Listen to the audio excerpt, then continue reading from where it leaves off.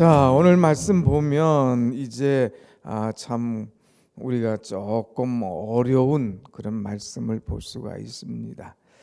사울이 신접한 여인을 찾게 되는 그런 일, 무당을 찾아가는 그런 일이 발생한다고 하는 것입니다. 왜 이런 일이 일어날까?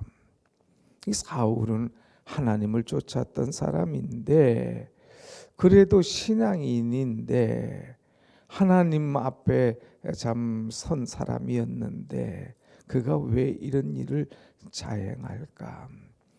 여러분, 우리의 신앙이 밑바닥까지 내려가면 이 큰 어려움을 당할 수가 있습니다. 혹시라도 우리의 신앙 밑바닥에 내려갈 때에 나도 모르게 이런 실수를 하지 않는가? 우리는 한번 나를 돌아봐야 됩니다. 이 신앙의 밑바닥까지 내려간다. 그것은 영적으로 완전히 침체되었다고 하는 거죠. 침체라고 하는 것은 뭡니까? 막혔다 이거예요. 막혔다. 하나님과 나 사이에 막혔다 이겁니다. 막히면 이제 내려갈 수밖에 없습니다. 어디까지 내려가냐? 바닥까지 내려갈 수밖에 없습니다. 이렇게 영적으로 침체되고 바닥까지 내려가면 어떤 일이 일어나느냐? 어떤 일이 일어나느냐? 여러분 한번 5절 말씀 보면 5절 사울이 블레셋 사람들의 군대를 보고 두려워하여 그의 마음이 크게 떨린지라 그랬어요. 하나님 앞에 이제 믿음이 없고 은혜가 없고 신앙이 바닥에 떨어지면 사람을 보고 군대를 보고 두려워한다고 하는 것입니다. 두려운 마음. 그래서 막 떠는 거예요. 아니 군인이 싸우지도 않고 떨고 있으면 어떡하겠습니까? 지금 전쟁에 나가지도 않고 벌써 그 소식만 듣고 불안에 떨고 있고 아니 떨다가 죽어버린 사람도 있는 거죠. 참 안 됐죠. 이 신앙의 밑바닥까지 내려가면 이 떠는 거예요. 사단과 이 주의 사람이 싸울 때에 이제 사단이 떠는 경우가 있고 주의 사람이 떠는 경우가 있습니다. 자, 여기 사단이 있어요. 이 사단이 들렸을 때에 주의 영이 충만한 사람이 가면 사단이 보고서 알아보고 떠는 거예요. 불안해하는 거예요.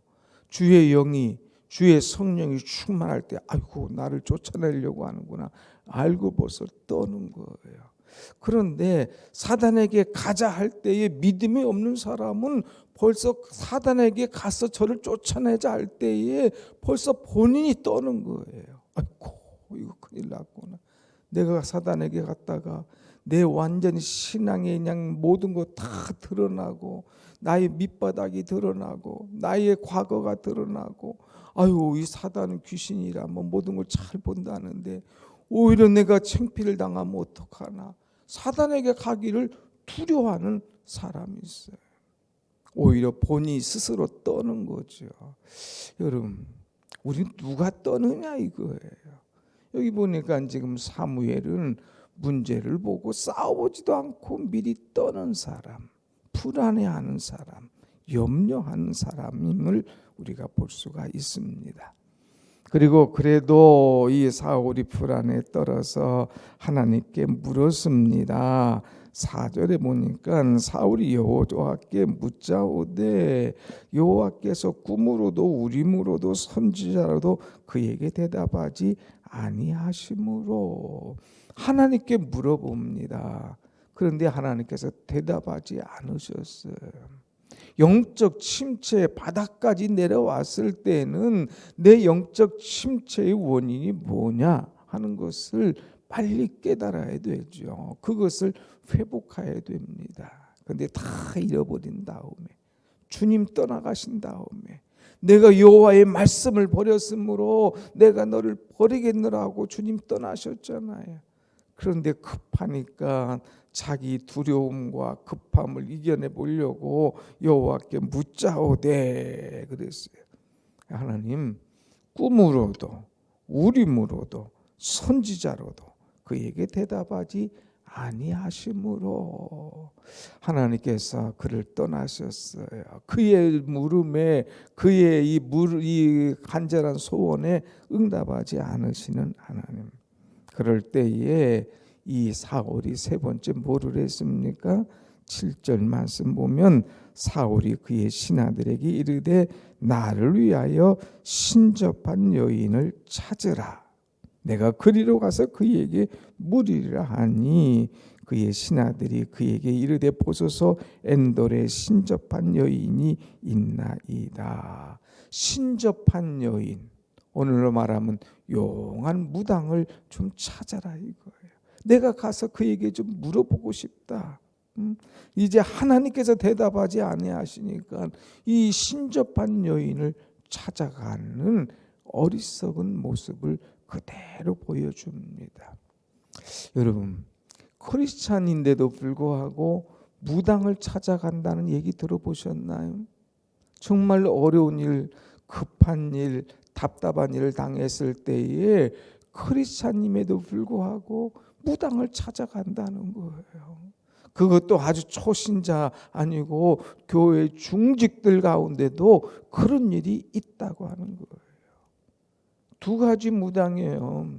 하나는 세상의 무당, 그야말로 이 세상의 무당을 찾아가는 사람이 있는가 하면 또 어떤 사람은 누가 예언을 잘한다더라. 그 목사님은 세상 말로 기도발이 세다더라. 그러면서 어디 뭐 기도원에 그냥 예언을 잘하고 아주 뭐 물어보면 잘 알려주는 목사님이 있다더라 하면 또 거기 찾아가는 그런 사람. 세상의 무당으로 가는 사람, 영적인 무당으로 찾아가는 사람. 본인이 하나님 앞에 직접 안 물어봐요. 하나님 앞에 엎드리지 않고 어려울 때 자꾸 무당을 찾아가는 그런 사람이 있습니다. 자, 한번 보세요. 이제 신접한 여인을 찾아가는데 사실 이거 자체는 큰 범죄, 문제예요. 왜냐? 3절에 가서 보면 사울은 신접한 자와 박수를 그 땅에서 쫓아내었더라. 신접한 자들, 이 박수들, 무당들을 다 자기가 내쫓았어요. 절대로 나라에서 이런 일이 있어서는 안 된다. 뭐 있으면 하나님께 묻지 뭐 신접한 여인에게 묻는 것 이건 내가 용서할 수 없다 하고 다 쫓아냈어요. 그런데 그 가운데 살기 위해서 남은 여인 꽁꽁 숨어서 이제 살살 이제 좀 숨어서 피해서 하는 여인을 찾아가는 거예요. 그것도 자신 있게 찾는 것이 아니라 한번 8절 말씀 보세요. 뭐라고 말했느냐? 사울이 다른 옷을 입어 변장하고 두 사람과 함께 갈새 그들이 밤에 그 여인에게 이르러서는 사울이 이르되 청하노니 나를 위하여 신접한 사람으로 내가 내게 말하는 사람을 불러 올리라 하니. 여기 보니까 벌써 사람들이 눈치를 보는 거예요. 그래서 옷을 변장해서 자기 옷을 입지 않고 다른 사람인 것처럼 변장하는 거예요. 변장하면 잘 몰라보잖아요. 이 코로나 시대 여인들은 특별히 몰라보게 마스크만 써도 머리 모양만 달라도 거기다 모자 하나 푹 그냥 눌러 쓰면 도대체 뭐 누군지 모르겠어요. 이렇게 사울이 변장하고 가는 거예요. 변장. 그것도 언제 갑니까? 밤에 다른 옷을 입고 변장하고 그것도 밤에 이제 이 여인에게 찾아가서 내가 너에게 사람을 말할 테니까 신접한 술법으로 그를 불러 올려라 얘기하는 거예요. 여인이 말합니다. 당신 어떻게 그런 일 할 수 있습니까? 사울이 이런 일을 하면 다 죽이라고 명했건을 지금 나를 죽이려고 나를 죽으라고 왔습니까? 사울이 걱정 마라. 내가 여호와의 이름으로 맹세한다. 그때 여인이 묻습니다. 11절 여인이 이르되 내가 누구를 내게로 불러 올리냐 하니 사울이 이르되 사무엘을 불러 올리라 하는지라. 자, 이쯤 되면은 이 신접한 여인 벌써 눈치채는 거예요. 얼마나 눈치가 빠르겠습니까? 그걸로 먹고 산 사람인데 벌써 말만 몇 마디 탁 해보고 이 사람이 뭔 일 왔구나, 어떻게 이 사람 돈을 끌어낼 것이구나, 어떻게 이 사람이 기분 좋게 가겠구나, 벌써 아는 사람 아닙니까? 한마디 툭 던져보고 그의 마음을 다 아는 것처럼 장난질 하는데, 지금 사무엘을 불러 올리라고 하니까 이제 22절 이 여인이 얘기를 하잖아요. 여인이 사무엘을 보고 큰 소리를 외치며 사울에게 말하 이르되 당신이 어찌하여 나를 속이셨나이까? 당신이 사울입니다. 당신 왜 사울 아니냔 말이야. 여인이 다 얘기를 합니다. 왜? 변장하고 오지만 올 때 혼자 살살 온 게 아니라 여기에 보니까 두어 사람들과 함께 같이 왔어요. 부하들을 데리고 오는 거예요. 부하들. 외지가는 사람 혼자 올 텐데 부하들을 데리고 와. 변장했어. 또 막 밤에 왔어. 또 사울을, 이 사무엘을 찾아올리라고 그래.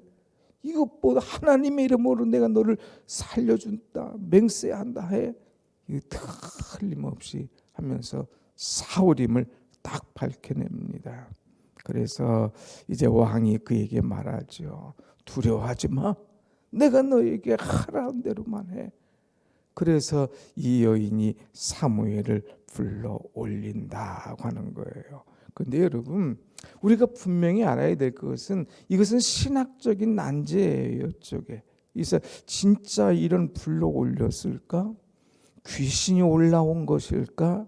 아니면 이 여인이 이 그렇게 올라온 것처럼 속여서 말한 것일까?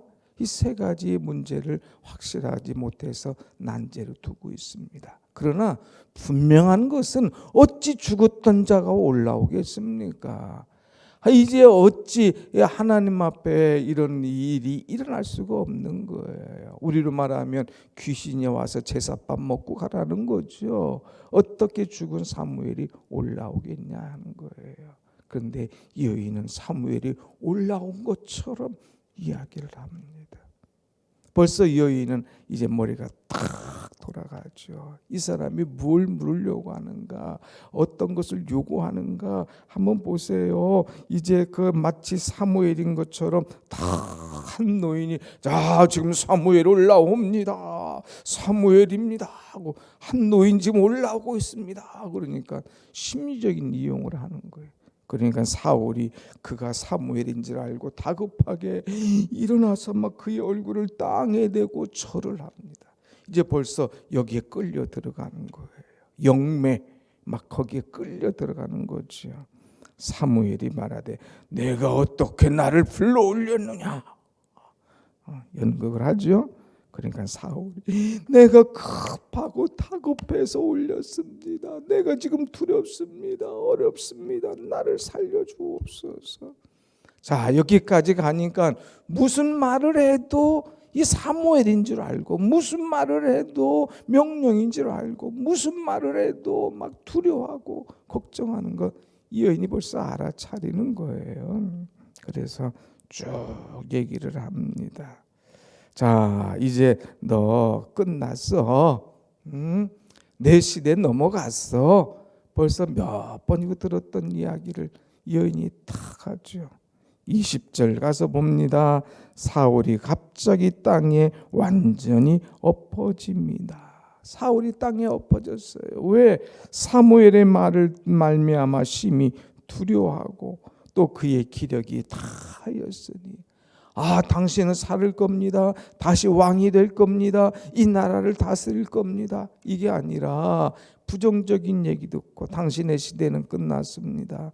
다윗의 시대가 시작됩니다. 그러니까 엎드러졌습니다. 또 두려워했습니다. 기운이 다 빠져서 기력이 쇠했습니다. 고통당하는 거죠.